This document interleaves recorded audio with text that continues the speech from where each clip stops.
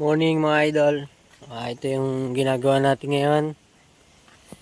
Ayan papalitan natin yung lahat ng bearing kasi durug-durug na yung mga bearing. Ayan umiwalay na yung mga ito yung mga bearing umiwalay na yung mga bakal-bakal niya rito, mga bulitas.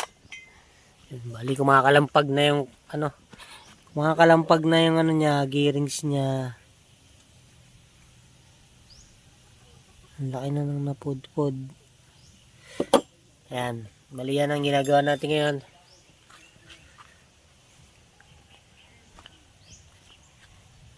Pagka gumagalaw na yung mags nyo rito, gumaganon-ganon na siya, tapos krag-krag gumaganon na yung mga granahe.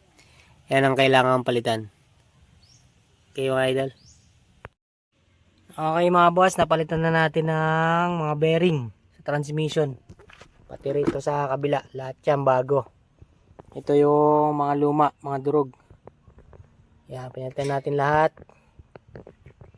Yan. Bali, ginamitan natin na apoy para mabilis lang ilusot. Kasi pag pinukpok ng pinukpok, mababasag yan. Yan na mga idol, nakabit na natin transmission. Kaya kabit natin to. Kabit muna natin to bago natin linisin na yan. Naglangis-langis, tumagas na kasi yung langis niya. Sira na yung oil seal kasi. Ayan, pinalitan natin yung oil seal. Tapos kakabit natin, pagkakabit saka natin linisan to. Para malinisan natin.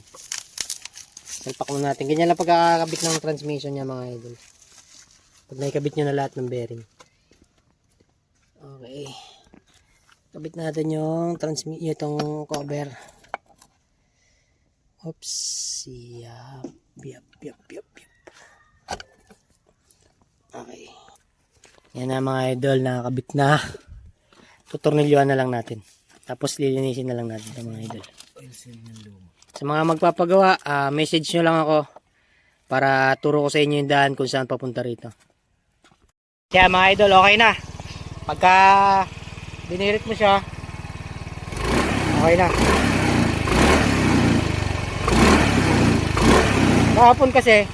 Kahapon kasi nung pinapandar namin yan, pag binirit mo parang parang kumakabyos na granahe, krag gumaganon. Ngayon, okay na siya, mga idol.